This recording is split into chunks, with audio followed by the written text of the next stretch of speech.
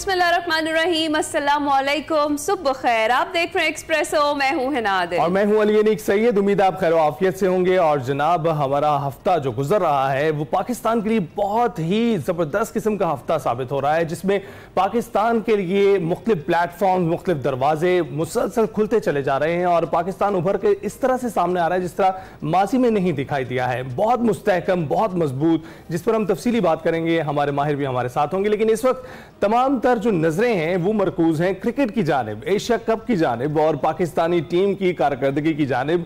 और हम देख रहे हैं कि आज श्रीलंका से मैच है और पाकिस्तानी टीम बहुत पुरअज़्म दिखाई देती है। लास्ट मैच में एक अच्छा टोटल बनाया था 171 और उस टोटल को चेज करने में कामयाब हुई हमारी हरीफ टीम, भारतीय टीम। लेकिन हम उम्मीद करते हैं कि ये जो सुपर 4 का मरहला है इसमें पाकिस्तानी टीम ना लगाइएगा। हमारी टीम हमें सरप्राइज कर सकती है किसी भी वक्त। जीत के भी तो सरप्राइज कर सकती है। हाँ, वही कह रही हूँ ना कि ज्यादा उम्मीदें नहीं लगाइएगा, बस देखिएगा कि भाई गेम है और उसी नजर से देखिएगा। एशिया कप 2025 का जनाब आज देखते हैं कि क्या करती है टीम श्रीलंका के खिलाफ। और भी जनाब हमें उम्मीद तो है ही है साथ, लेकिन जरूरी भी है आज का मैच जीतना। अगर हमने फाइनल में जाना है ना और खेलना है, और जो हम सोच रहे हैं कि हमने इंडिया को फाइनल हराना है, तो उसके लिए हमारे लिए आज का मैच जो है वो जीतना भी बहुत ज्यादा। अगर आज का मैच हारे तो हम तब भी लूप में तो रहेंगे, लेकिन वो फिर अगर मगर का खेल शुरू हो जाएगा कि अगर ये जीते तो ये, उसके हम आदी हैं। लेकिन फिर लोगों पे चली जाएगी ना, लोगों की टीमों पे, यानी दीगर ममालिक की टीमों पर बात चली जाएगी। इसके साथ साथ कदाफी स्टेडियम में भी जनाब हमारी जो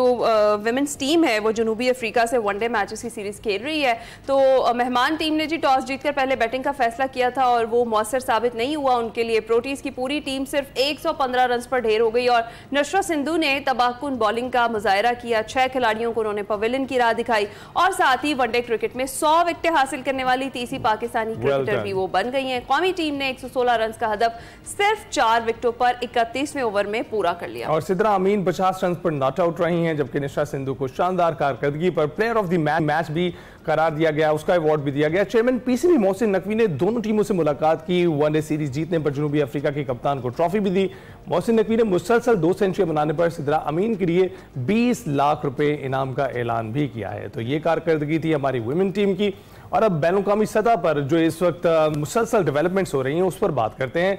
आपको बताएंगे अक़वाम मुत्तहिदा में फ़लस्तीन के 2 रियासती हल के लिए सऊदी अरब और फ्रांस की सरबराही में कॉन्फ्रेंस हुई है, जिसमें मसले फ़लस्तीन के हल के लिए यूरोप, ऑस्ट्रेलिया, कनाडा और अरब दुनिया यकजा नजर आ रहे हैं। बरतानिया, कनाडा, ऑस्ट्रेलिया, पुर्तगाल, अंदोरो, बेल्जियम, लग्जमबर्ग, माल्टा, मराकेश, सैन मरीनो के बाद फ्रांस ने फ़लस्तीन को रियासत तस्लीम करने का ऐलान कर दिया। और ये 5 मगरबी ममालिक हैं, अमरीका के अहम इत्तेहादी समझे जाते हैं। और अक़वाम मुत्तहिदा की सलामती कौंसिल में वाहिद अमरीका ही रह गया है जो फ़लस्तीनी रियासत को तस्लीम नहीं कर रहा है। कॉन्फ्रेंस में फ्रांसीसी सदर मैक्रोन ने खिताब भी किया। उन्होंने कहा कि हम मजीद इंतजार नहीं कर सकते, अब वक्त आ गया है, गजा जंग मुकम्मल तौर पर ख़त्म होनी चाहिए, फ़लस्तीन में अमन का वक्त आ गया है। फ़लस्तीन को आज़ाद रियासत तस्लीम करने वाले ममालिक की तादाद आपको बताएं कि 151 हो गई है। सऊदी अरब ने फ्रांस की जानिब से फ़लस्तीन को आज़ाद रियासत तस्लीम करने का इक़दाम, उसका खैर मकदम किया है। सऊदी वज़ीर ख़ारजा फैसल बिन फरहान ने खिताब में कहा कि फ़लस्तीन का 2 रियासती हल ही अमन का रास्ता है। फ़लस्तीनी रियासत तस्लीम करना इंसाफ के हसूल के अज़्म की अक्कासी करता है। जी हाँ, इसराइल गजा में वहशियाना जराइम जारी रखे हुए है और इसराइल मगरबी किनारे और मकबूजा बैतुल मक़दिस में भी जुल्म ढा रहा है। फ़लस्तीनी सदर महमूद अब्बास का 2 रियासती कॉन्फ्रेंस से वीडियो लिंक पर यह खिताब था, जिसमें उन्होंने हमास से हथियार डालने का मुतालबा किया और उन्होंने कहा है कि फ़लस्तीन की गवर्नेंस में हमास का कोई किरदार नहीं होगा, कोई भी अमल जंग जारी रखने का जवाब नहीं हो सकता। उन्होंने कहा जंग के खात्मे के 3 माह के अंदर एक अबूरी आइन तैयार किया जाएगा, गजा को इमदाद चाहिए, कैदियों की रिहाई होनी चाहिए, आलमी बरादरी से आज़ाद फ़लस्तीन की अपील भी उन्होंने की। इस तरह तुर्की और दीगर कई ममालिक ने फ़लस्तीन के 2 रियासती हल खित्ते में अमन का वाहिद रास्ता इसको करार दे दिया। दूसरी जानिब वज़ीर-ए-आज़म शहबाज शरीफ न्यूयॉर्क में मौजूद हैं और वज़ीर-ए-आज़म अक़वाम मुत्तहिदा की जनरल असम्बली इजलास में शिरकत और खिताब करेंगे। मसला फ़लस्तीन और कश्मीर से मुतालिक पाकिस्तान का मौक़िफ़ वहाँ पेश किया जाएगा। वज़ीर-ए-आज़म शहबाज शरीफ की अमरीकी सदर ट्रम्प के साथ इस्लामी रहनुमाओं की मुलाकात में भी शिरकत है और इस सारी सूरत हाल पर हमने बात करनी है। मैं ज्वाइन कर चुके हैं सैयद मोहम्मद अली साहब, सिक्योरिटी अमूर है। अस्सलाम वालेकुम, गुड मॉर्निंग सर, कैसे हैं आप? जी वालेकुम सलाम, गुड मॉर्निंग टू यू। अल्हम्दुलिल्लाह, आप लोग कैसे हैं? अल्हम्दुलिल्लाह। सर सबसे पहले तो बात करते हैं जो बरतानिया, ऑस्ट्रेलिया, कनाडा, फ्रांस ने जो फ़लस्तीन को रियासत तस्लीम करने का ऐलान किया है, ये आपको लगता है कि इसराइल के लिए कहीं किसी तरह का झटका साबित हो सकता है या फिर ये एक ज़बानी जमा खर्च ही होगा? बहुत शुक्रिया जी। देखिए, मैं समझता हूँ तो उसके दो पहलू तो मुस्बत हैं। जिस तरह आपने बड़े कंप्रिहेंसिव इब्तदाई कलमात में कहा कि तकरीबन तमाम जो पुरअमन और जो जिम्मेदार दुनिया है, आलमी बरादरी है और इंसानियत है, मज़ाहिब से बालतर होके, कौम ज़बान से बालतर होके, वो फ़लस्तीनियों से हमदर्दी रखती है और जाहिरियत और उनके ख़िलाफ़ जो जुल्म सतम है उसका सख्त अल्फाज में उसको तनकीद भी उस पर की जाती है। और दूसरी जानिब आपने देखा कि मैं समझता हूँ इस दफ़ा जो जनरल असम्बली का इजलास है अक़वाम मुत्तहिदा का, उसमें मेन इशू डेफिनेटली फ़लस्तीन ही होगा, क्योंकि ये पूरी दुनिया जो है ना सिर्फ उसके लिए कंसर्न है बल्कि खुद अक़वाम मुत्तहिदा के मुस्तक़बिल के लिए एक बहुत बड़ा क्वेश्चन मार्क है। क्योंकि अक़वाम मुत्तहिदा का जो क़याम अमल में आया था उसका बुनियादी मकसद ही ये था कि जनाब दुनिया में जंग के ख़तरे को कम किया जाए और आलमी क़वानीन और सफारतकारी के ज़रिए से तमाम मसाइल को हल किया जाए। लेकिन बदकिस्मती से चाहे वो मसला कश्मीर हो या मसला फ़लस्तीन हो, अक़वाम मुत्तहिदा जो है अपनी ही पास करदा जो करारदादें हैं उनके इम्प्लीमेंटेशन में अभी तक नाकाम नज़र आती है।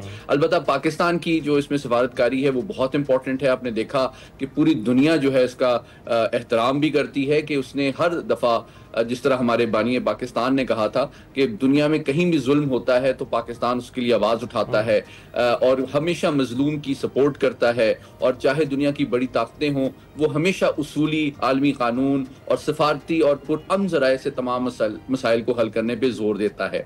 अलबत्ता जो आपका सवाल है उसके क्विकली दो पहलू जो थोड़े से अफसोसनाक हैं वो ये हैं कि जनाब मगरबी ताकतें जो हैं वो उसमें आपको एक डिवीज़न तो नज़र आ रहा है। अमेरिका जिस तरह से सिफारती, कानूनी, माली और दिफाई इमदाद इसराइल को दे रहा है, यकीनी तौर पे मैं समझता हूँ फ्रांस, बरतानिया, कनाडा ये वो ममालिक हैं जहाँ चूँकि मुस्लिम डायस्पोरा भी काफ़ी है तो उनको पब्लिक सेंटिमेंट का भी ख्याल करना पड़ता है। वो बिल्कुल खुल्लम खुल्ला अमेरिका की तरह जो है इसराइल की सपोर्ट नहीं कर सकते, और वो थोड़ा सा अपने अरब और मुस्लिम दुनिया में भी अपने इमेज को और अपने जो डोमेस्टिक ऑडियंस के सामने, मुस्लिम जो पॉपुलेशन है उसके सामने भी थोड़ा सा बैलेंस्ड व्यू लेना चाहते हैं। लेकिन इसका मतलब ये नहीं है कि वो इसराइल पे इख्तिसादी पाबंदियां लगा देंगे या उससे ताल्लुकात मुनक़ता कर देंगे।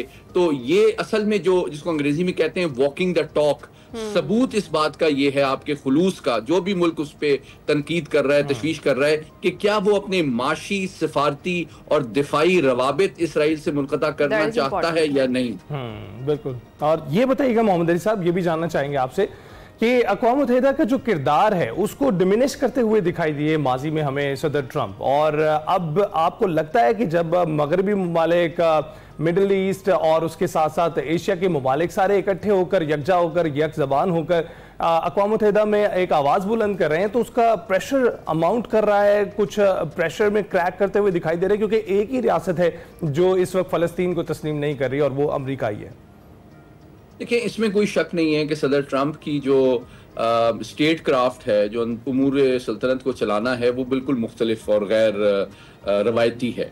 तो दो चीज़ें तो डेफिनेटली आपको नज़र आ रही हैं। इवन जो अमेरिका के क्लोजेस्ट एलाय थे, नेटो के मगरबी यूरोप के ममालिक या क्वाड के ममालिक, मशरकी एशिया के ममालिक या इवन मिडिल ईस्ट के जो अरब ममालिक थे, मैं समझता हूँ कि उनके साथ जो एक उनके ताल्लुकात थे उसमें एक एतमाद का फुकदान बढ़ना शुरू हुआ है। चाहे वो मगरबी यूरोप हो, रूस के खिलाफ जब उन्होंने रूस के साथ मुज़ाकरात शुरू किए तो और कहा मगरबी यूरोप को भी कि जनाब आप जो है अपनी सिक्योरिटी पे खुद खर्च करें, खुद इंतजाम करें, हम अमरीकी पैसा और जाने आपके लिए ज़ाया नहीं करेंगे। तो यही तशवीश अब जापान और साउथ कोरिया को मशरकी एशिया में भी है, और मिडिल ईस्ट में भी आपने देखा जिस तरह कतर पे हमला किया गया और 2 साल में 7 ममालिक पे हमला किया गया कि यकतरफा तौर पे जो पुष्ट पनाही इसराइल की जा रही है, उसने अरब दुनिया का जो एतमाद था सिक्योरिटी के हवाले से, अमेरिका के हवाले से, उसको भी एक धचका दिया है। तो यकीनी तौर पे दुनिया में अमेरिका का जो एतमाद है वो तो कम हुआ है,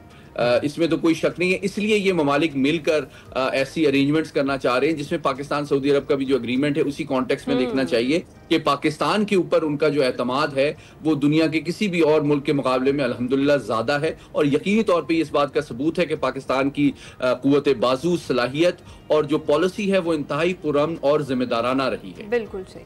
अच्छा सर, आपने जिक्र किया सऊदी अरब के साथ जो हमारा दिफाई मुआहिदा हुआ है, उसके बाद ये जो आज की मुलाकात है, शहबाज शरीफ साहब जो 6 इस्लामी ममालिक के रहनुमाओं के हमरा अमरीकी सदर से मुलाकात करने जा रहे हैं, इस वक्त में वज़ीर आज़म की मुलाकात हुई है, जब हाल ही में हमारा जो दिफाई मुआहिदा हुआ है, क्या इंपॉर्टेंस है इस मुलाकात की? मैं समझता हूँ इसकी टाइमिंग, इसका वेन्यू और इसका लेवल बहुत इंपॉर्टेंट है और हिस्टोरिक है, क्योंकि अगर वो 6 ममालिक के लीडर्स मिलकर सदर ट्रंप से मिलते हैं तो इसका मैसेज ये जा रहा है कि जो आलमी बरादरी और मुस्लिम लीडर्स हैं वो अपना कंसर्न और पूरी मुस्लिम बरादरी का जो तशवीश है उससे बाज़ाब्ता तौर पे फॉर्मली अमरीकी सदर को आगाह कर रहे हैं। तो मैं समझता हूं अमरीकी सदर को आलमी सतह पे भी, दाखिली सतह पे भी और सिफारती सतह पे भी इसको बिल्कुल डिसमिस करना पॉसिबल नहीं होगा, लेकिन डेफिनेटली उनके ऊपर सिफारती दबाव बढ़ेगा कि वो जो है अपनी मिडिल ईस्ट की पॉलिसी में थोड़ा सा बैलेंस स्ट्राइक करें। इसराइल को जिस तरह उसकी सरपरस्ती उसके जुल्म सितम की कर रहे हैं, तो जो अरब ममालिक की उनकी गुडविल है उसको टेक फॉर ग्रांटेड ना करें और उनके भी जो सेंटिमेंट्स हैं, कंसर्न्स हैं, उनका ख्याल रखें, क्योंकि अगर इससे अमेरिका के मफादात और इमेज को काफी नुकसान पहुंच सकता है। तो ये जब एक यक ज़बान होकर ये बात की जाएगी तो उम्मीद है कि सदर ट्रंप इसका ज्यादा सीरियसली नोटिस तो मोहम्मद अली साहब, हम देख रहे हैं कि जहां पर सदर ट्रंप कहते हैं कि हम अपने टैक्स पेयर का पैसा और अपने फौजी कुर्बान नहीं करेंगे, वहीं पर अब जो ये मुलाकात हो रही है इसमें भी एक अहम नुक्ता ये जो है रेज किया जा रहा है, अहम नुक्ता जिस पर बात होने जा रही है वो ये कि अरब ममालिक मिलकर जो है यहाँ पर इमदाद भी दें और यहाँ पर सिक्योरिटी भी फराहम करें। इस नुक्ते को आप किस तरह से देखते हैं? देखिए, मैं समझता हूँ सदर ट्रंप चूंकि बुनियादी तौर पे एक बिजनेसमैन है, और आपको एक क्विक एग्जांपल देता चलूं, यूक्रेन को बाइडेन एडमिनिस्ट्रेशन ने तकरीबन 180-190 अरब डॉलर की दिफाई इमदाद दी थी।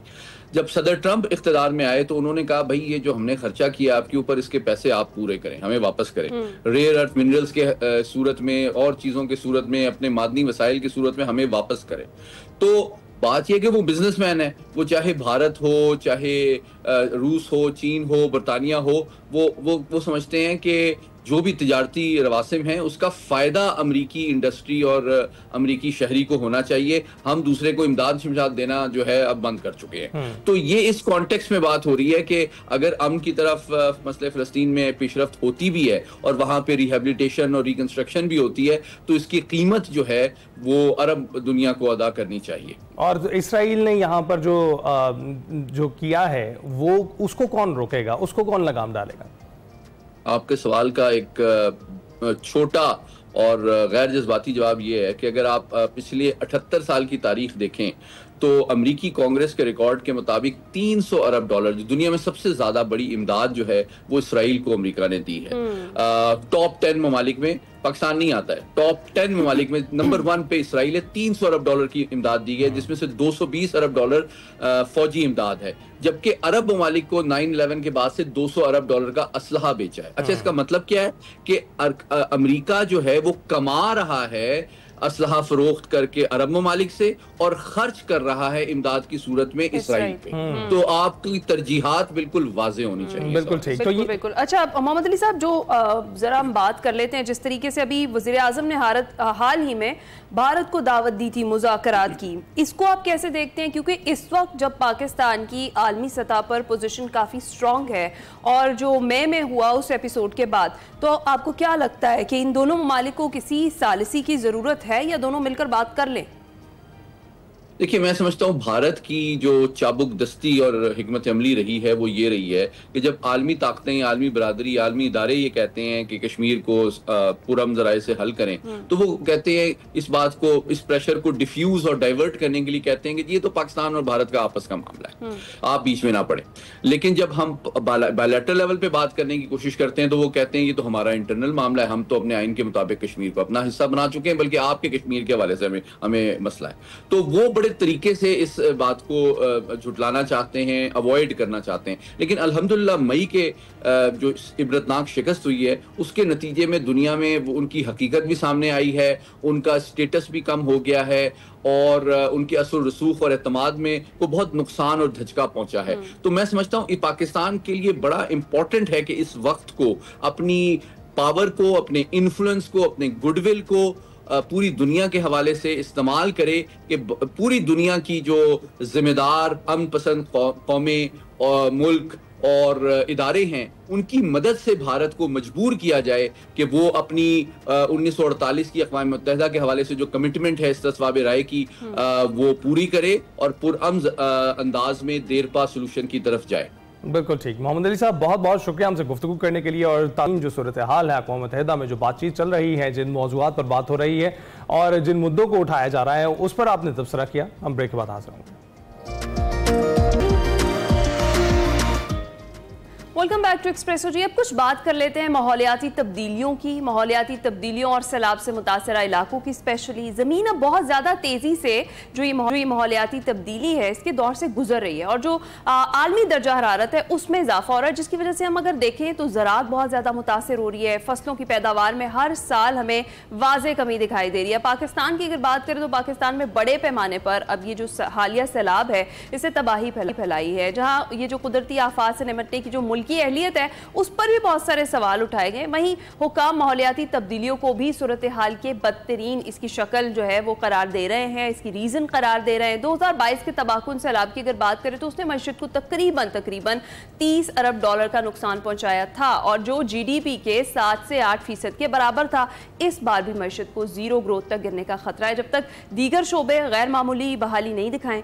खुराक की शदीद किल्लत भी हो सकती है, महंगाई में बेपना इजाफा मुतवक्के है, रोज़मर्रा शायद ज़रूरत की जो कीमतें हैं उनमें तेज़ी से इजाफा होगा, आवाम पर यह बराह रास्त असर डालेगा। और वस्ती और जनूबी पंजाब की अगर बात करें तो वहाँ पर चावल की फसल का तकरीबन 60%, कपास का 35% और गन्ने का 30% ज़ाया हो चुका है। चिनाब, रावी और सतलुज के किनारे 18 लाख से ज़ायद अफराद शदीद मुतासर हुए हैं, जबकि सैलाबी रैले अब दरियाए सिंध के साथ साथ जनूब की तरफ बढ़ रहे हैं। ये एपिसोड हो गया जो सैलाब की सूरत हाल थी। अभी भी बहुत सारे इलाके जो मुतासरा है वहाँ पर पानी भी खड़ा है और बहाली के काम भी जारी है। लेकिन अब चूंकि ये हम देख रहे हैं कि बारिशों का सिलसिला थमा है, सैलाब की सूरत हाल कंट्रोल में आई है, तो उसके बाद अब नुकसानात का तखमीना लगाया जा रहा है और देखा यह जा रहा है कि इस सैलाब ने कितना नुकसान पहुंचाया है। तो इस सारी हाल में एज ए कम्युनिटी हमारी क्या रिस्पॉन्सिबिलिटीज हैं? गवर्नमेंट तो अपना काम कर रही है, एज एन इंडिविजुअल्स हमने क्या क्या करना है, इस सारी सिचुएशन पर हमने बात करी। बिल्कुल, डॉक्टर शफीक अहमद कंबोज साहब हमारे साथ मौजूद है, माहिर माहौलियात है और खासकर बात करने का मजा तब आता है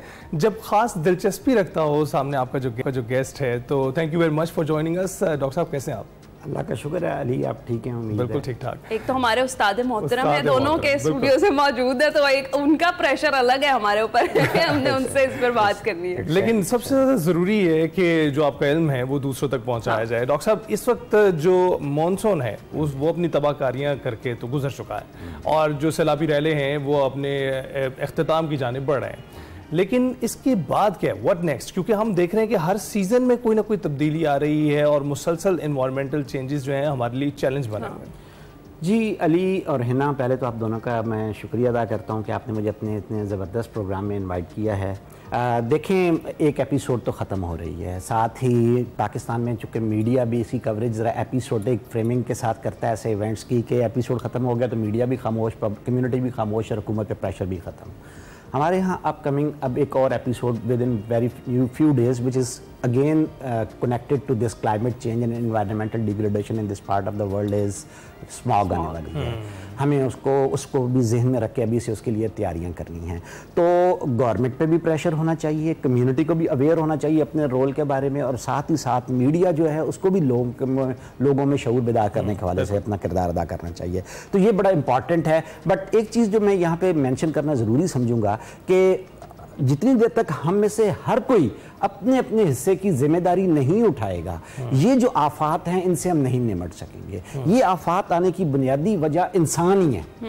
इंसान है, एंथ्रोपोजेनिक रीजंस हैं, इंसान हैं जो कि ये आलूदगियां और ये गैसेस फिजा में खारिज किए जा रहे हैं अपने माल एक्शंस और अपनी माल प्रैक्टिसेस के नतीजे में। तो जितनी देर तक हम सब मिलजुल के इसमें हिस्सा नहीं डालेंगे, आप ये नहीं कह सकते कि with in a single action order ये तमाम चीजें ठीक हो जाएंगी। बिल्कुल ठीक है। Sir what do you think, start कहाँ से लेना चाहिए? अब देखिए ये वो टाइम है जब हम, क्योंकि हमारे लिए ये एक चीज होती है कि जब कोई आफत हमारे सर पर पड़ती है तभी हम उसके हवाले से सीरियस होते हैं, जैसे अभी आपने भी बात की। तो अब जब हम इस आफत से गुजर रहे हैं और एक अगली आने वाली की एक नए एपिसोड के लिए तैयार हो रहे हैं, स्मॉग के लिए, हमें स्टार्ट कहाँ से करना है? खासतौर पर ये जो क्लाइमेट चेंज इफेक्ट कर रहा है ये तो पूरी दुनिया को कर रहा है। पाकिस्तान का इसमें हिस्सा वैसे कम है लेकिन इफेक्ट सबसे ज्यादा पाकिस्तान हो रहा है, तो कहाँ से शुरू करें? हिना, आपने बहुत अच्छा सवाल किया है, लेकिन एक बात मैं बार बार कहूंगा कि हमें अपने इब्लाग के अंदर उसको उजागर करना चाहिए। पाकिस्तान क्लाइमेट चेंज से दुनिया से सबसे ज़्यादा मुतासरा मुल्क है अपनी खास जियोग्राफिक लोकेलिटी की वजह से, लिहाजा हमें ज़्यादा अपने कम्युनिटी को भी इंगेज करना है, गवर्नमेंट पे भी ज़्यादा प्रेशर जो है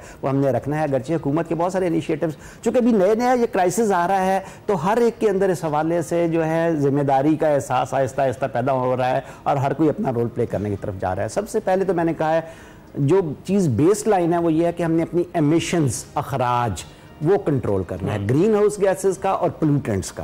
जितनी देर तक हम इसको को नहीं करेंगे ये कभी भी ठीक नहीं होगा। आपकी बात बिल्कुल ठीक है, चूंकि हम एक रिएक्शनरी अप्रोच के साथ चलने वाली कौम है, रिएक्टिव हुए, हमने जल्दी से सैलाब आया, हमने पानी को गुजारा, हमने कोई बंद छंद तोड़े, उसको डिस्पर्स किया, किसी तरीके से उसको मैनेज किया है, लेकिन नुकसान फिर भी बहुत ज़्यादा हो गया है। अब चूंकि रिहेबिलिटेशन प्रोसेस शुरू होने वाला है, बहाली का अमल है, तो मेरे ख्याल में हुकूमत को इस दफ़ा एक बिल्कुल डिफरेंट अप्रोच इख्तियार करनी चाहिए। इस हवाले से मैं समझता हूं कि उसको बिल्कुल करनी चाहिए कि दोबारा से इजाजत नहीं देनी चाहिए लोगों को कि वो नदी नालों के किनारे, दरियाओं के दरमियान जाके बैठें। किसी सूरत नहीं, जीरो टॉलरेंस पॉलिसीज के ऊपर होनी चाहिए ताकि हम एडेप्टेशन की तरफ जाएं। हम को माहौलियाती तब्दीली के नतीजे में होने वाली जो तबाहियां हैं उनके मुताबिक खुद को ढालना सीखें।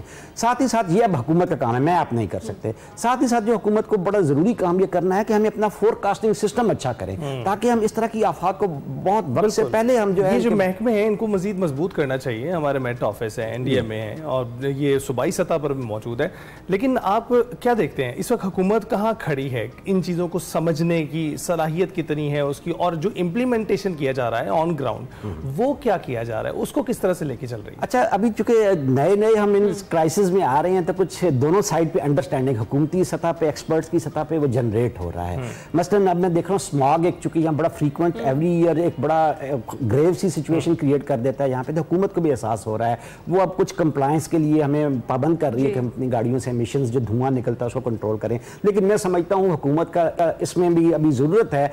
ठीक है, इस साल गवर्नमेंट एमिशन कंट्रोल सिस्टम जो है उस पर बड़ा फोकस रखा है, गाड़ियों को कंप्लाइंट करने की कोशिश की है, लेकिन मैं समझता हूँ कि शायद ये बहुत छोटा सा हिस्सा है उस एफर्ट का जो कि बड़े पैमाने पर होनी चाहिए। आप आज भी सड़कों पर जाएँ, ज़रा गौर करें अपने सामने चलने वाली ट्रैफिक के साइलेंसरों पर, तो आपको बहुत सारे रिक्शे, ट्रक, ट्रैक्टर, ट्रालियाँ और ट्रालियाँ कह रहा हूँ बसेज वगैरह आपको नजर आई जो हैविली इनको अखराज कर रही हैं। गाड़ियों वालों ने तो being as a responsible citizen किसी हद तक इस पॉलिसी को अडॉप्ट किया है, लेकिन उनको नहीं किया। तो इस हवाले से मुझे एक बड़ी अच्छी जो गवर्नमेंट की एक इन्हीं दिनों होने वाली एक पॉलिसी मुझे जो जिसका मैं भी हिस्सा हूं, मैं देख रहा हूं कि गवर्नमेंट ने ये रियलाइज किया है कि ये जो 40s के बाद के लोग हैं ना, इनके जो बिहेवियर्स हैं ये काफ़ी हद तक अब किसी शक्ल में ढल चुके हैं।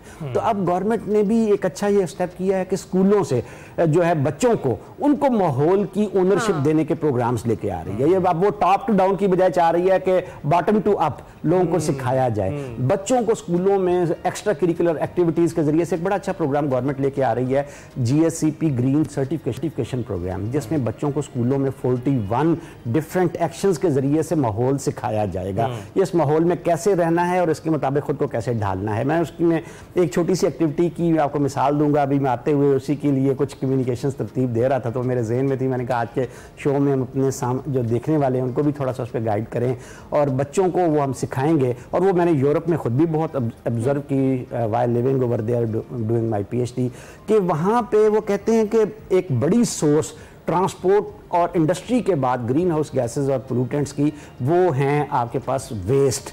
तो वेस्ट या कूड़ा करकट को कैसे वाइजली यूज करें, तो उस पर ये GSCB प्रोग्राम ने एक बड़ा अच्छा मॉडल उसने सजेस्ट किया है 3R, कि बच्चों को 3R सिखाने हैं हमने, ताकि नई नस्ल जो है वो हमारी तरह कूड़ा ना पैदा करे।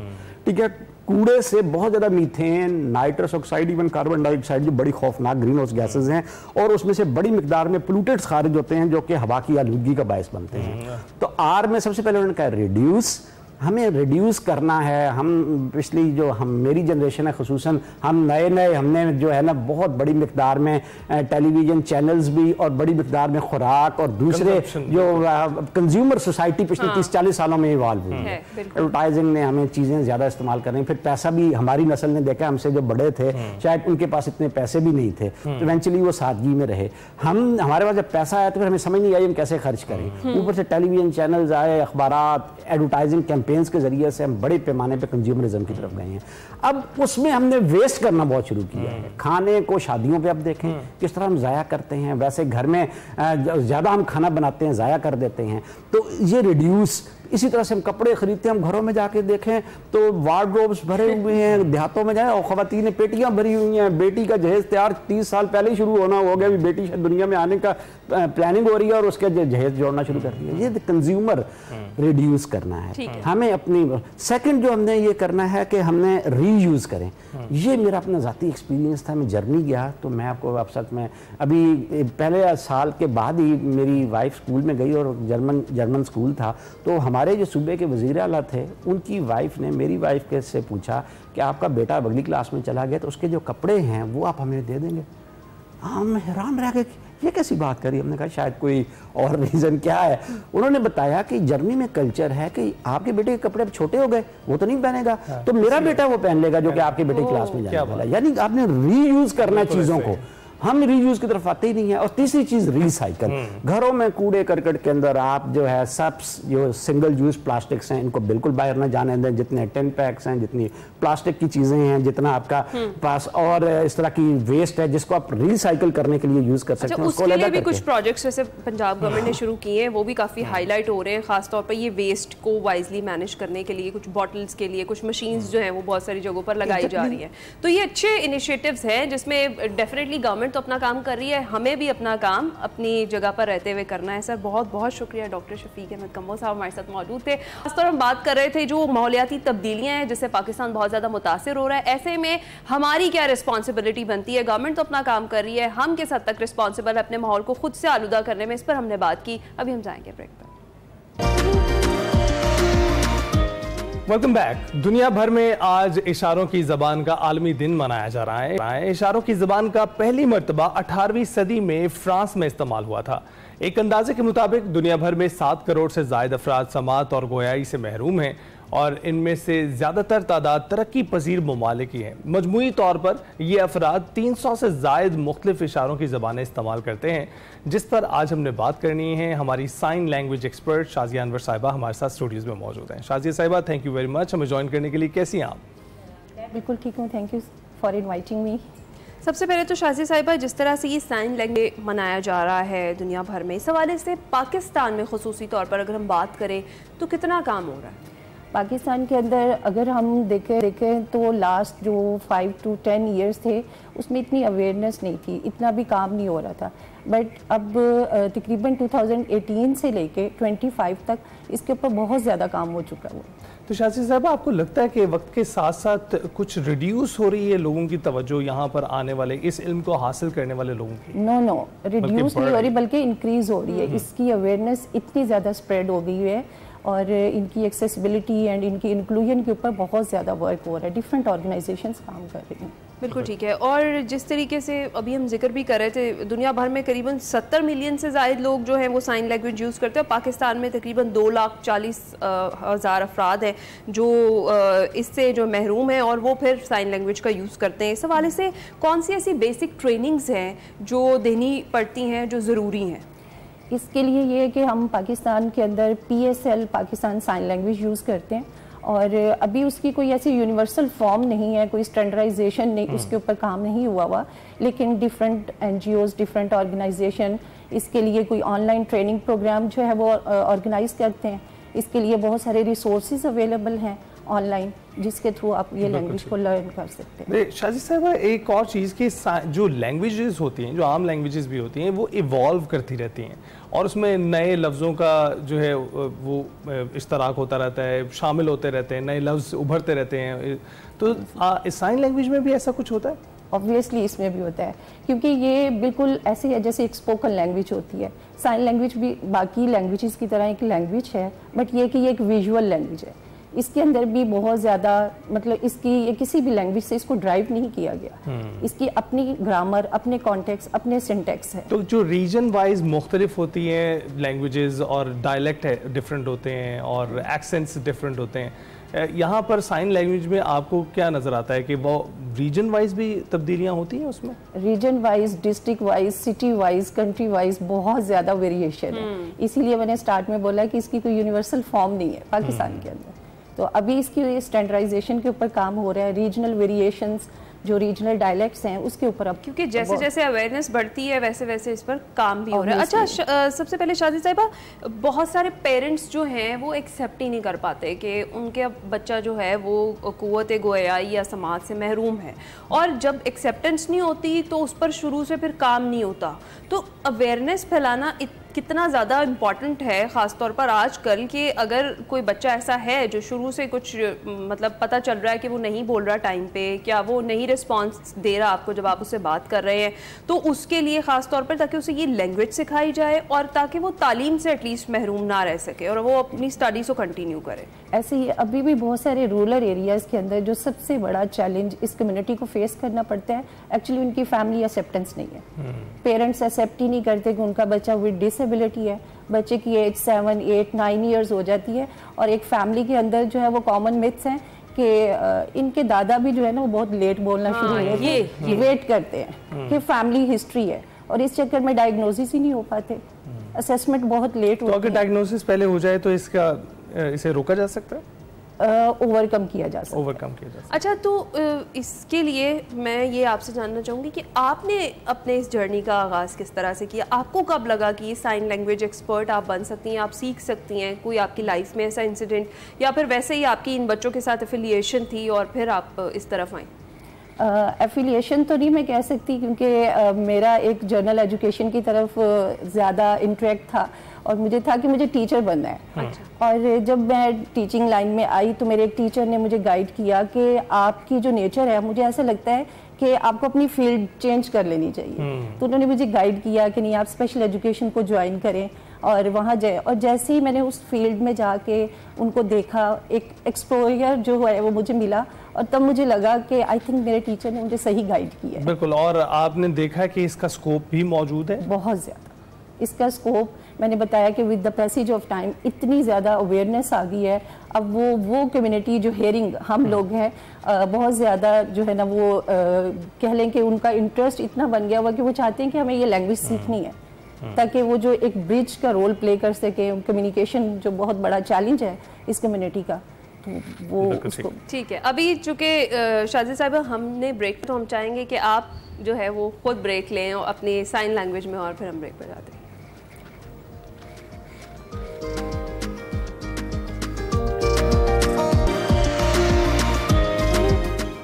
प्रोग्राम के दूसरे घंटे में खुश आमदीद। इस घंटे में भी आपके साथ शेयर करने के लिए बहुत कुछ है, लेकिन अभी सुबह सवेरे आपको लिए चलते हैं सिरन किनारे और देखते हैं कि वकार अहमद मलिक वहाँ क्या एक्सप्लोर कर रहे हैं।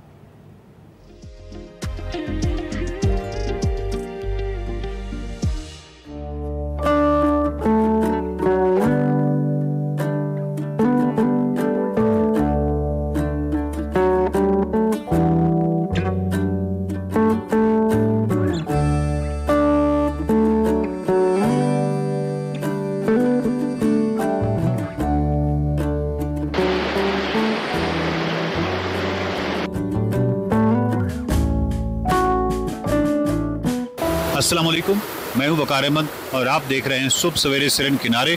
सिरन किनारे में कुछ ज़्यादा हम किनारे पे आ गए हैं और बिल्कुल किनारे पे आ गए हैं। और अगर आप मेरे सामने का मंजर देखें तो आप सोचें कि मतलब हम कहाँ बैठे हैं इस वक्त। ये दरिया है खूबसूरत और इसके पीछे खूबसूरत पुल है जिसके नीचे से पानी, ये वाला पानी ज़्यादा ठंडा भी है। अच्छा जी, यख ठंडा है। हाँ बस और इसको कहते हैं मूसा का मुसल्ले का पानी। अच्छा, जो मशहूर यहाँ की सबसे बड़ी ऊंची पहाड़ी है। अच्छी उसका पानी है, ये उसकी बर्फानी पानी होता है ज़्यादातर, तो ये उससे पिघल कर आ रहा पानी है। दूसरी बात ये है कि जहाँ पर आप बैठे हैं आपके बिल्कुल पीछे एक खूबसूरत पुल एक है, मौजाना करिश्माती किस्म का एक पुल है। इस पुल में इसकी आर्क को आप अगर ये नीचे से देख सकें, इसमें वो जो एक होता है ना उस वाले पिलर्स, वो सरिये वाले सीमेंट स्टील वाले, वो नहीं है। ये सारा ब्रिक्स का बना हुआ है, अंग्रेज बहादुर का बना हुआ है, हमारे लोगों ने नहीं बनाया। और अंग्रेज दौर का विक्टोरियन एज का बना हुआ है तब से। और ये 2 मील की मशहूर एक जगह है। इस तरह के बहुत सारे ब्रिजेस जो हैं, जब कराकोरम हाईवे पे हमने देखे तो पुराने जो चाइनीज़ ने ब्रिजेस बनाए थे वो बिल्कुल यही आर्किटेक्चर था, इसी तरह वो थे। और सारे और बेतहाशा पुल थे, बहुत ज़्यादा पुल थे। उसके बाद जब उन पुलों की जगह अब नए पुल बनना शुरू हो गए तो कराकोरम हाईवे का बेसिकली वो एक जिसको कहते हैं ना कि रिप्रेजेंटेटिव एक फीचर बन गया था, वो वाले ब्रिजेस जो अब कम रह गए। और सैलाब, एक बहुत बड़ी जब सैलाब है तो उनमें बहुत सारे वो ब्रिजेस बह भी गिर भी गए, दोबारा से तामीर किए गए।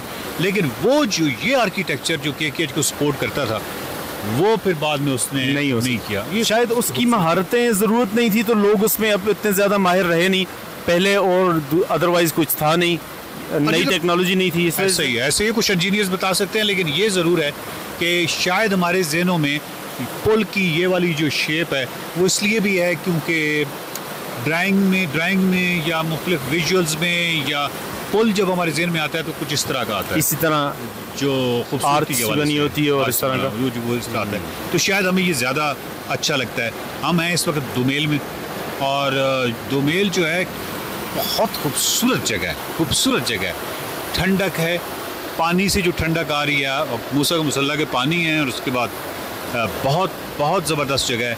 हमने यहाँ क्या करेंगे? हम यहाँ पर इस नदी को, चूँकि इसको 2 मील जो कहा जाता है, यहाँ पे 2 नदियों का मिलाप हो रहा है। एक ये आपके सामने जो आ रही है और एक ज़रा नीचे करके है। इन दोनों नदियों के मिलाप की वजह से इसको 2 मील कहते हैं। यहाँ पर एक बंगला है विक्टोरियन एज का जो फॉरेस्ट डिपार्टमेंट के पास है। यहाँ पर इसके आगे जो ये बड़े बड़े पत्थर हैं, ये इस जगह का अपना ही कुछ लैंडस्केप है, खूबसूरती अजीब है। हाँ। इसका आपके एक साइड पे देखेंगे तो बहुत पुराने, बहुत ही कदीम दरख्त नजर आएंगे कि जो पीछे है। आप इस टाइम भी आप देख रहे हो वकार साहब कि आपको ऐसे लग रहा है कि जैसे ये पहाड़ के अंदर से निकल कर आ रहा है, ऐसे ही है ना, लेकिन ये बहुत कर्व है, मोड़ है, और इससे भी ज्यादा आप देखें हम ये दिखा नहीं सकते क्योंकि कुछ खवातीन हैं, उनका कंसेंट तो नहीं हमारे पास।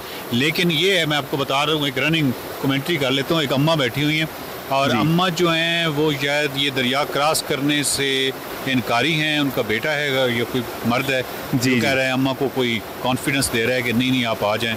और अम्मा जो है वो पानी अलबत्ता पाँव में वो बड़ा पाँव रखे हैं उन्होंने, लेकिन और उनको मज़ा बड़ा आ रहा है, वो बार बार यूं कर रही हैं। लेकिन इसको और क्रॉस करने के लिए मुश्किल भी है। सो एनीवे, ये आप बैठे बैठे इस तरह की ऑब्जर्वेशंस करते रहते हैं। और वो बंगला भी तो है ना, हमने बंगला देखने नहीं जाना? बंगला भी देखने जाना है, तो हम उधर चले, बंगला देखने चलते हैं।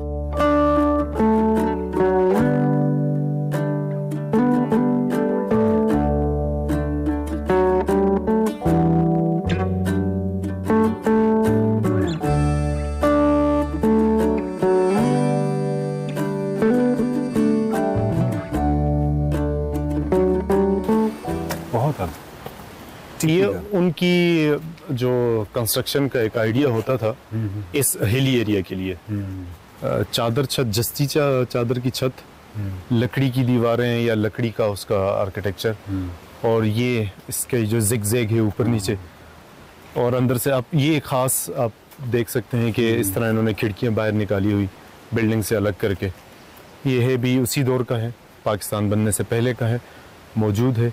पीछे कुछ कंस्ट्रक्शन अभी मज़ीद भी की गई है, लेकिन ओवरऑल ये विक्टोरियन एज का बना हुआ बंगला है और फॉरेस्ट डिपार्टमेंट के पास है। अच्छा, मुझे इनसे ज़्यादा उनसीयत इस हवाले से होती है, इस आर्किटेक्चर से, कि जब मैं 8वीं में था और उसके बाद मैंने कुछ अर्सा अपने चचा के साथ गुजारा मरी में, और मरी में जो हमारे पास घर था वो 1890 का था।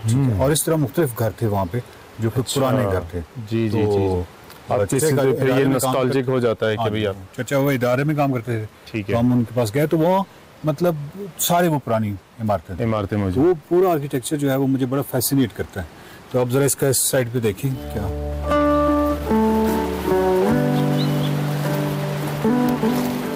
वाह वाह वाह वाह वाह वाह, क्या बात है, क्या बात है। सलाम है उस आदमी को जिसने एग्जैक्टली ये लोकेशन सेट किसी ज़माने में मुंतखब की होगी कि यहाँ बंगला बनना चाहिए।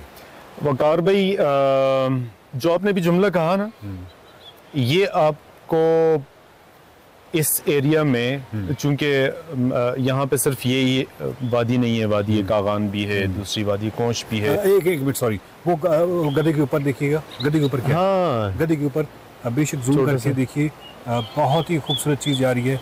छोटा सा डॉगी है और गधे के ऊपर है और बाकायदा बांधा हुआ है जी। या वो जख्मी है?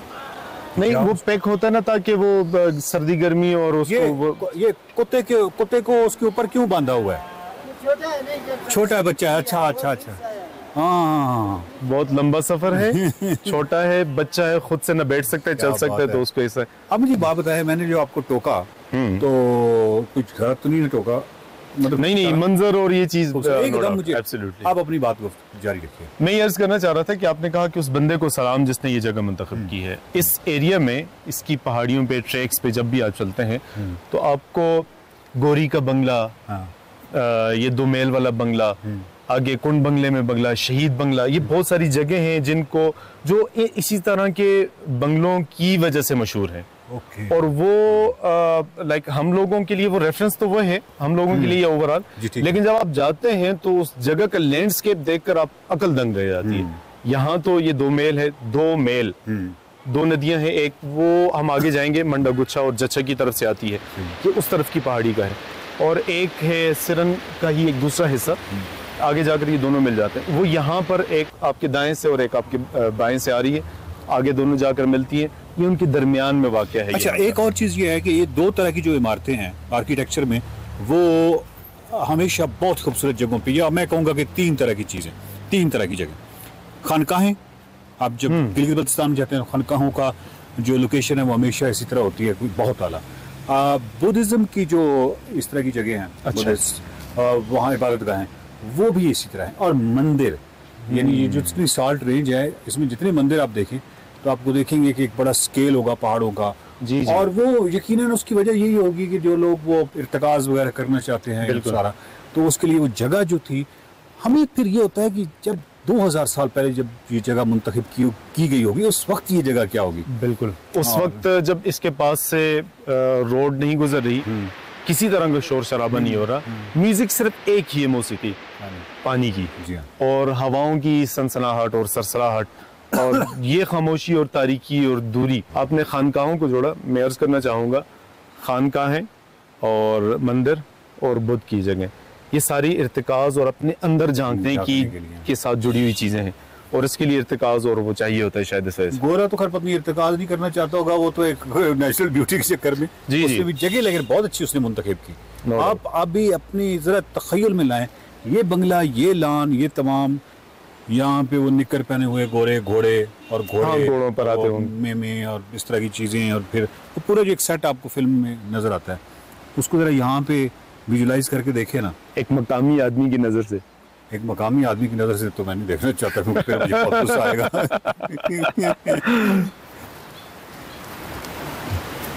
क्या बात है, क्या बात है। अच्छा, अगर और उन गोरों को और उस वक्त की जो रहत थी, ये जिस तरह यहाँ पे रहते थे, उसको और किसी ने देखा या नहीं देखा? अब तो बहुत वक्त गुजर गया, कैमरे भी नहीं थे। ये जो भाई साहब है ना, इन्होंने देखा होगा।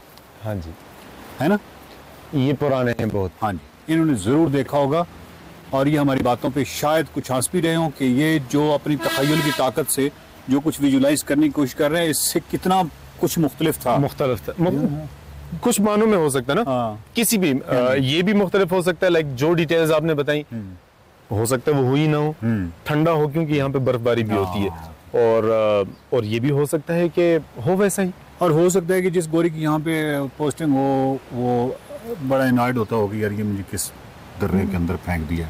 ये भी हो सकता है, हाँ वाकई ये भी है। तो खैर एनीवे, ये बंगला है बहुत ही खूबसूरत दोमेल का बंगला, और इसका आर्किटेक्चर अभी तक इसी तरह पुराना है। ये साथ कोई नई इमारत है। जी हाँ, चूंकि ये फॉरेस्ट डिपार्टमेंट के पास है पूरी जगह, तो उन्होंने साथ फर्दर अपनी ज़रूरत के लिए मजीद भी बना दिया है। मैं तो कहता हूँ फॉरेस्ट डिपार्टमेंट वालों, हमने आपकी इतनी तारीफ़ें की हैं, लेकिन थोड़ी सी ये भी तो सुन लेना कि इतना खूबसूरत आर्किटेक्चर को आपकी इमारत थोड़ी सी इधर उधर अगर हो जाती तो ये ज़रा इंटैक्ट रहता ना, मतलब आप समझ सकते हैं ना कि। लेकिन खैर बाकी आपके काम बड़े अच्छे हैं। ये आने वाले लोगों की ज़रूरत है, मैं उनकी तरफ से सवाई नहीं पेश कर रहा हूँ, लेकिन मैं अर्ज़ करना ये चाहूँगा कि जितने भी ज़ाहिर ऑफिसर्स या डिपार्टमेंट के लोग आते हैं, जो भी जब वो यहाँ पर आते हैं तो वो इस अट्रैक्शन के पास तो आते हैं कि ये पुराना बंगला है, लेकिन सहूलियात की आदत हम लोगों को ही होती है ना, तो वो करीब करीब ही उनको रहना वहाँ पर है और देखना इसको, तस्वीरें इसके साथ बनानी। मेरा ख्याल है कि जगह कोई आसपास थोड़ी सी करके हो सकती थी। इतनी खूबसूरत जगह के साथ ये बिल्डिंग कुछ अच्छी नहीं लग रही, जो हकीकत है वो हकीकत है। और खैर हमारा सफ़र जारी है। दोमेल जो है वो बहुत ही ज़बरदस्त जगह है, खूबसूरत जगह है, पानी बड़े मज़े के हैं, और हर जगह पता नहीं क्यों मैं कोई पंजाब से आया हुआ एक ऐसा फ़र्द जो कि गर्मी से सताया हुआ, जो कुछ ऐसी वजह है कि जिस पानी को भी मैं देखता हूँ मैं उसी एक ही नज़र से देखता हूँ। यहाँ अगर छलांग लगाई जाए और यहाँ पे लेट जाया जाए पानी में, क्योंकि यहाँ पे उस तरह के तो है नहीं डबोने वाले। दोमेल से हमारा सफ़र जारी है आगे की तरफ, और बहुत ही खूबसूरत है, नैरो है, इस वक्त खामोशी है, यानी नैरो है वैली, और बहुत खूबसूरत दरख्त है, खूबसूरत यहाँ पे एक फीलिंग है। लेकिन क्योंकि मुसाफिर को तो आगे जाना होता है, तो आगे चलते हैं। तब तक आप हमारे साथ रहिए, देखते रहिए सुबह सवेरे सिरन किनारे।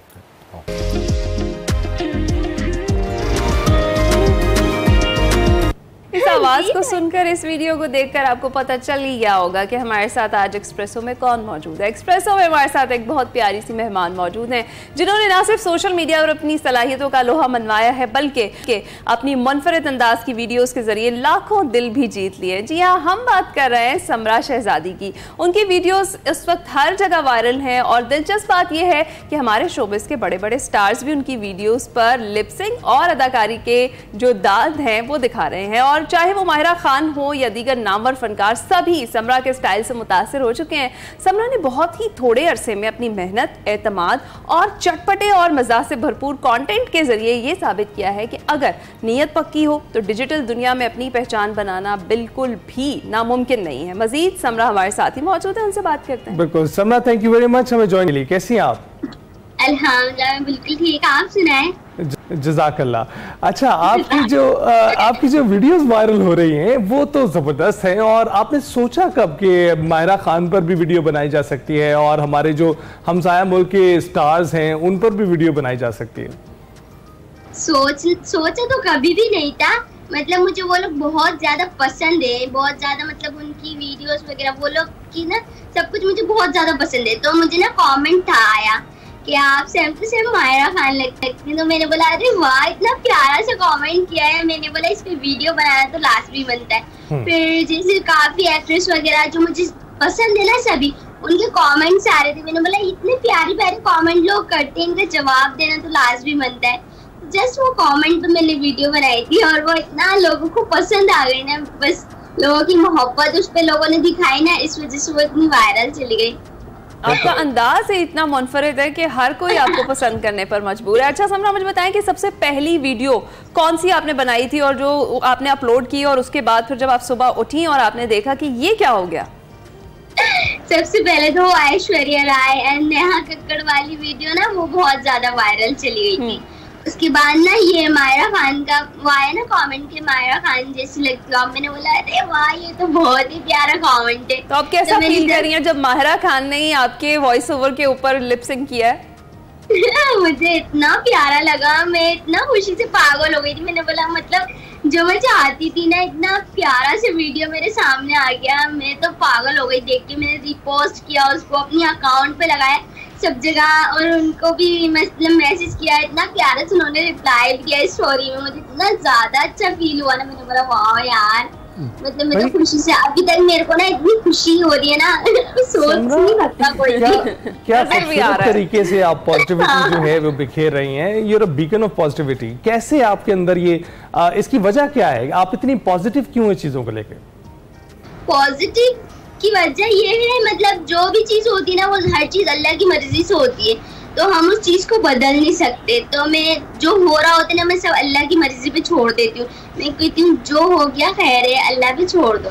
तो जब हम अपने काम सब कुछ अल्लाह पे छोड़ देते हैं ना, तो फिर हम टेंशन फ्री हो जाते हैं, पॉजिटिव हो जाते हैं, फ्री हो जाते हैं। हाँ, फिर हम समरा जैसे हो जाते हैं, फिर बिल्कुल पॉजिटिव और इतनी खूबसूरत बातें भी करते हैं। अच्छा समरा, मुझे ये बताएं कि इससे पहले आप क्या करती थी सोशल मीडिया पर आने से पहले, और कब आपने सोशल मीडिया को ज्वाइन किया कि मैं यहाँ पर कोई कंटेंट क्रिएट कर सकती हूँ, और अब से पहले तक कौन सा कंटेंट आप क्रिएट कर रही थी?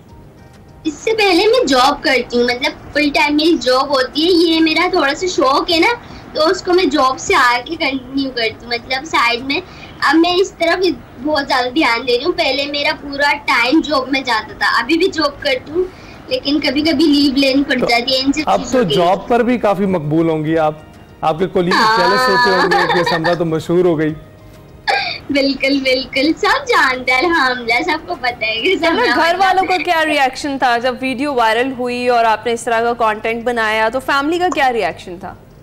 घर वालों को क्या, मुझे खुद नहीं मालूम था, मुझे खुद बाद में मालूम पड़ा, तो मैंने घर वालों को बताया, तो घर वालों का भी बहुत बहुत अच्छा रिएक्शन था, बहुत ज्यादा सपोर्टिव है मेरी फैमिली, अल्हम्दुलिल्लाह। समरा, आपको अपना कौन सा खास अंदाज पसंद है, स्टाइल कौन सा आपका पसंद है, जो आपका अपना हो, और कौन सा ऐसा स्टाइल है आपका जो बाहर मशहूर हो रहा है, लोग जो है वो उस स्टाइल से आपको जो है जान रहे हैं? मेरा यही बात करने का तरीका, मेरा जी बात करने का तरीका है ना, नेचुरल है, सबको यही पसंद आता है, और सीरियसली मुझे भी यही पसंद है। मैं कहती हूँ जो नेचुरल होता है, रियल होता है ना, वो चीज बहुत ज्यादा लोगों को हिट करती है। बिल्कुल, तो मुझे भी यही पसंद है जी। जो चीज ओरिजिनल होती है, नेचुरल होती है, वही हिट करती है। और उसी तरीके से आप जिस तरह से अब सोशल मीडिया पर छाई हुई हैं, हम दुआ करेंगे कि आगे भी आपके लिए आसानियां हो और आप इसी तरह का अच्छा सा कंटेंट, पॉजिटिव कंटेंट जनरेट करती रहे हमारी ऑडियंस। बहुत शुक्रिया समरा शहजादी हमारे साथ मौजूद थी। अभी हम जाएंगे एक ब्रेक पर।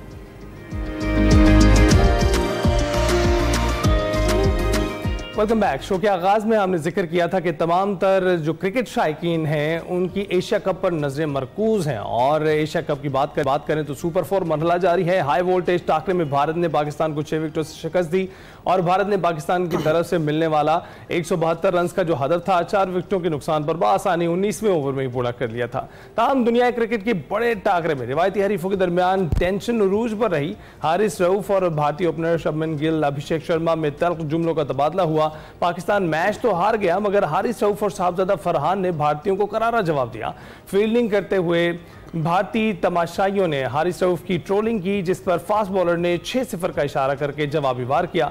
हारिस रऊफ के भारतीय राफेल गिराने की याद दिलाने की वीडियो तो खूब वायरल हो रही है। अगरचे ग्रीन शर्ट्स ये मैच हार गई, मगर अभी फाइनल की दौड़ खत्म नहीं हुई है। ग्रीन शर्ट्स आज श्रीलंका के खिलाफ अपना अहम मैच खेलेगी, और उसके बाद बांग्लादेश के साथ ये दोनों मैच जीतेगी तो पाकिस्तानी टीम फाइनल में पहुंच सकती है। और क्या शाहीन श्रीलंका को पछाड़कर फाइनल की उम्मीदें जिंदा रख पाएंगे, इस पर हमने बात करेंगे। हमें ज्वाइन कर चुके हैं मोहम्मद यूसुफ अंजुम साहब, स्पोर्ट्स तजिया कार। अस्सलाम वालेकुम, कैसे हैं यूसुफ साहब? वालेकुम अस्सलाम जी, अल्हम्दुलिल्लाह। हम पहले क्या वहाँ से शुरू कर लें जहाँ पे हमारा दिल दुखा हुआ है कि हमने उस वक्त क्यों परफॉर्म नहीं किया? ज़रा एक दफ़ा आप भी बता दीजिए कि क्या आपको लगता है कहाँ कहाँ कोताहियाँ हुई? क्योंकि जब मैच शुरू हुआ तब तो ऐसा लग रहा था कि हम जीतने के मूड में हैं, लेकिन फिर जैसे ही साहबजादा फरहान आउट हुए उसके बाद कुछ पांसा पलट गया। देखें, 9 ओवर तक तो ऐसा लग रहा था कि पाकिस्तान की टीम किसी बांग्लादेश की टीम के साथ खेली है, ओमान की टीम के साथ खेली है। दुनिया हैरान थी कि पाकिस्तान की टीम को हो क्या गया। और इसकी मेन वजह ये रही कि जो इंडिया ने हमारे कैचेस ड्रॉप किए, पूरे मैच में उन्होंने 5 कैचेस ड्रॉप किए, जो तारीख में कभी इससे पहले हमें देखने को नहीं मिला। इससे हमारी थोड़ी जो पोजीशन थी वो बेहतर हुई, लेकिन उसका फ़ायदा फिर हमने बाद में नहीं उठाया। हमने बाद में वो टुक स्टाइल में बैटिंग शुरू कर दी। जहाँ पर मोहम्मद हारिस को भेजना चाहिए था वहाँ कप्तान खुद चले गए। हुसैन तलत को उन्होंने भिजवा दिया, उसकी जगह बेहतर था कि मोहम्मद नवाज़ को ऊपर भिजवाया जाता, जाके जो रन्स की रफ्तार है उसको बेहतर किया जा सकता था। मेरे ख्याल में पाकिस्तान की जो टीम इंतज़ामिया थी उन्होंने पहले से फैसले किए थे कि हम इस तरह अपनी बैटिंग को ऑर्डर को भेजेंगे, उसी पे वो उन्होंने कारबंद रहे। हालांकि होता ये कि जब आपकी पोजीशन अच्छी होती है तो आप फिर उसमें शफरिंग करते हैं कि ठीक है जी, आप रन की रफ्तार बेहतर लेके जाना है। तो पाकिस्तान को आसानी के साथ 200 रन बना लेने चाहिए थे इंडिया के साथ मैच में। अगर 200 रन का टारगेट या 190 रन का टारगेट होता तो मेरे ख्याल में फिर इंडियन टीम के लिए ज़्यादा मुश्किलात का सामना करना पड़ सकता है। तो ये यूसुफ साहब अभी हमें नज़र आता है कि जो रेफरी जिनको हमने फ़ख्र के हवाले से लिखा है वो वही रेफरी हैं जिनको पहले हमने जिनको ज़बरदस्ती कहा कि अब वो जो है वो टीम में जो रेफरी के तौर पर काम ना करें। तो अब आपको लगता है कि ऐसी सूरत हाल में कोई इन चीज़ों को खातिर में भी लाएगा? और ये जो गिमिक्स हम देख रहे हैं जो स्टेडियम में मैच के अलावा हो रहे हैं उन पर ज़्यादा तबसरा हो रहा है, मैच पर कम तबसरा हो रहा है। देखिए ये बदकिस्मती है, इसकी मेन वजह यह थी कि पाकिस्तान की टीम की जो परफॉर्मेंस थी वो रिसेंटली इंडिया के खिलाफ अच्छी नहीं रही। हमें बैट और बॉल से उसका जवाब देना चाहिए था, इसकी निस्बत के हम अपने वो जो रफ़ील गिराने वाले इशारे करते हो लोग दुनिया उस पर ज़्यादा कमेंट भी करती। तो मैच रेफरी की आपने बात की है, वही मैच रेफरी जिन्होंने पाकिस्तान का इंडिया के पहले मैच में 3 उनके रिव्यू वापस हुए थे और उसके बाद आपको अगले मैच में उनको बॉल लगा सर पे, उसके बाद फिर वो ग्राउंड से बाहर चले गए। फिर अभी तक वो हॉस्पिटल में थे। पाकिस्तान की टीम में जो मैनेजर हैं वो वहाँ गए थे, उनको उन्होंने गुलदस्ता भी दिया था, उनके लिए नेक तमन्नों का इज़हार किया कि आप जल्दी रिकवर करें। और फिर अगले दिन वो दोबारा टीवी अंपायर बन गए पाकिस्तान के मैच में। फिर उन्होंने जब मुतनाज़ा दिया फ़ख्र जमां का उंगली खड़ी कर दी। हालांकि वो होता है कि जो टीवी अंपायर है वो हर चारों एंगल से देखता है वो कि जो अच्छा एंगल हो जिसमें वाज़ेह हो कि बॉल नीचे लगी है या नहीं लगी, फिर उसको वो डिसीजन लेते हैं। लेकिन शायद उनको जल्दी थी, उन्होंने एक दो एंगल देखे, उसके बाद कहा कि जी हम स्क्रीन पर लगा दें कि आउट आई है। तो उस पर पूरी दुनिया में तनकीद हो रही है, खुद भारतीय जो हैं वो भी हैरान है कि यार ऐसे फैसले तो नहीं होने चाहिए पाकिस्तान के। होगा कोई एक्शन आईसीसी की तरफ से? देखें कंप्लेंट होती है, जो रूल्स है उसके मुताबिक तो कुछ नहीं होगा। अच्छा। अंपायर का फैसला हतमी होता है, मैच खत्म होने के बाद हो या मैच के दौरान। लेकिन हमें तो लग रहा है कि ये एशिया कप में भारत हमारे मद्दे मुकाबिल नहीं आता। जब भी मैदान में होते हैं सब पूरा जो है ना वो कह लें कि टीम बन के सभी लोग अगेंस्ट आ जाते हैं। देखिए ऐसा लगता है कि ना सिर्फ पाकिस्तान का मुकाबला 11 साइड से होता है, बल्कि जो 3 अंपायर होते हैं, 2 ऑन फील्ड अंपायर और 1 टीवी का अंपायर, वो भी पाकिस्तान के खिलाफ होता है और पाकिस्तान को उसको भी हराने की कोशिश करनी चाहिए। ये सिर्फ उसी वक्त मुमकिन है जब हम अच्छी प्लानिंग के साथ अपनी बैट और बॉल के जरिए उनको जवाब दें, अच्छा खेलें, जिस तरह हमने 9.1 ओवर में अच्छा खेला था उस वक्त। बाकी मैच का टेम्पो पूरे खेल में बरकरार रखना चाहिए था पाकिस्तान। यूसुफ साहब आज के मैच की बताएं, आज आपको क्या लगता है कि कौन से खिलाड़ी जो हैं वो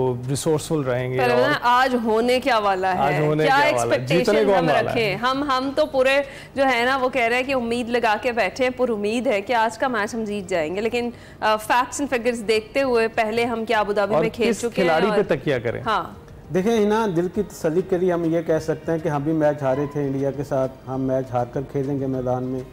बांग्लादेश ने श्रीलंका को हराया था, वो भी हारे हुए हैं, तो दोनों की टक्कर बराबर की आ जाए।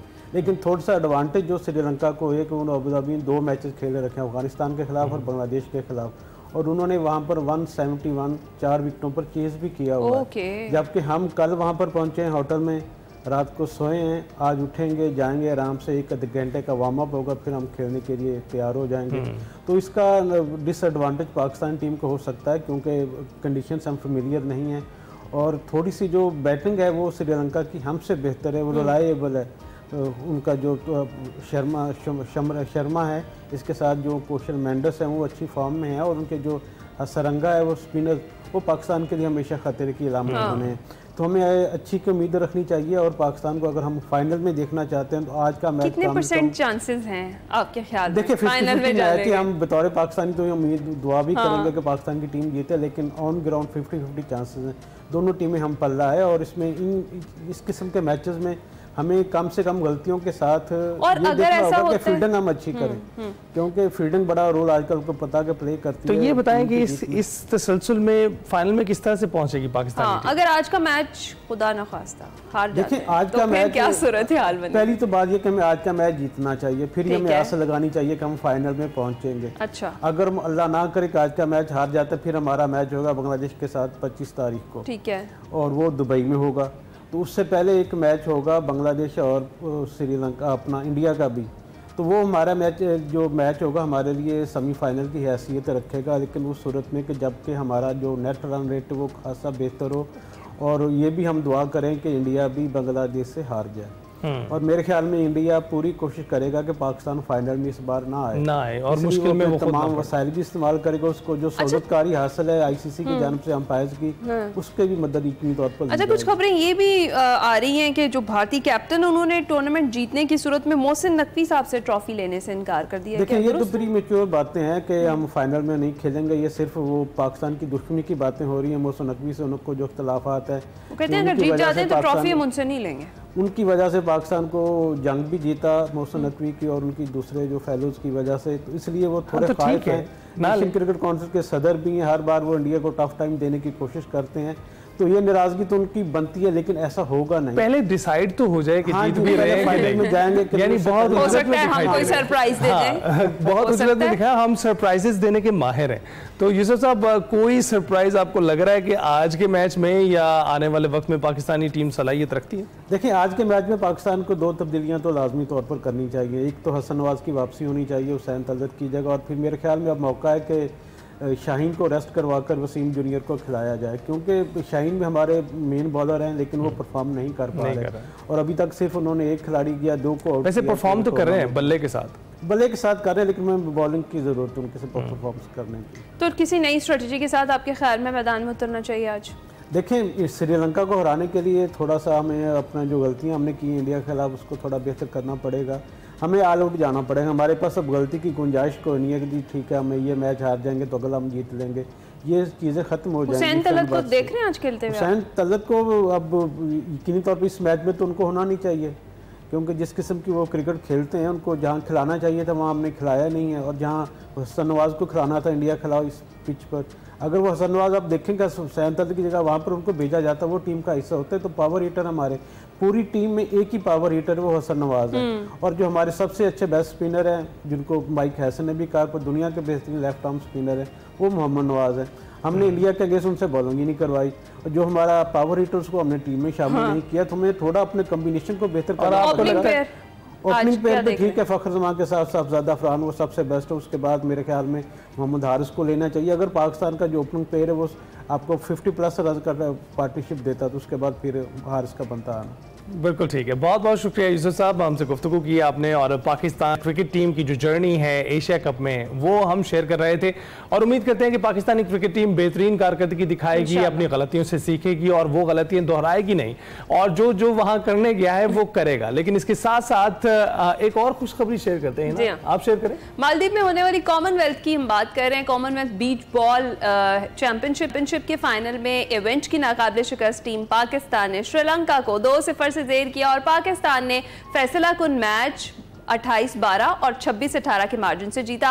पाकिस्तान ने सेमीफाइनल में बांग्लादेश को शिकस्त देकर कॉमनवेल्थ बीच हैंडबॉल चैंपियनशिप के फाइनल में जगह बनाई थी। और ये भी याद रहे कि कॉमनवेल्थ बीच हैंडबॉल चैंपियनशिप में पाकिस्तान ने पहले मैच में भारत को 2-0 से शिकस्त दी थी। जनाब, खेलों के मैदान में हम छाए हुए हैं, हम उम्मीद करते हैं इस तरीके से पाकिस्तानी जो प्लेयर्स हैं पाकिस्तान का नाम रोशन करते रहेंगे। इसी के साथ हम आपसे इजाजत चाहेंगे, आपसे मुलाकात होगी कल, अपना ख्याल रखिएगा, फीडबैक जरूर दीजिएगा। अल्लाह हाफिज।